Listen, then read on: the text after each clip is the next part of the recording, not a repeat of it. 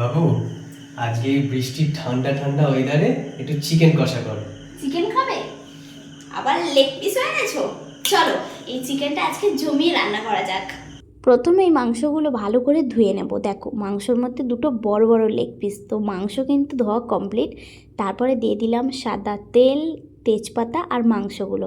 আর এই লেগ পিসের জন্য আমি নাড়তেই পারছি না, তো ভালো করে কিন্তু তেলের মধ্যে মাংসগুলো ভেজে নিয়েছি। আর মাংস রান্না করার আগে যদি ভেজে রান্না করা হয় তার স্বাদ কিন্তু দ্বিগুণ বেড়ে যায়। তোমরা কারা কারা ভেজে মাংস ভেজে রান্না করো কমেন্টে জানিও। তারপরে দিয়ে দিয়েছিলাম ওই পেঁয়াজ কুচি দিয়ে আরও সুন্দর করে ভাজা ভাজা করে নিয়েছিলাম। তারপর দিয়েছিলাম বাটা মশলা, তার মধ্যে ছিল কাঁচা লঙ্কা, আদা আর রসুন। দেওয়ার পর সামান্য একটু চিনি, তারপর দিয়েছিলাম নুন, হলুদ, লঙ্কার গুঁড়ো, জিরের গুঁড়ো, ধনের গুঁড়ো।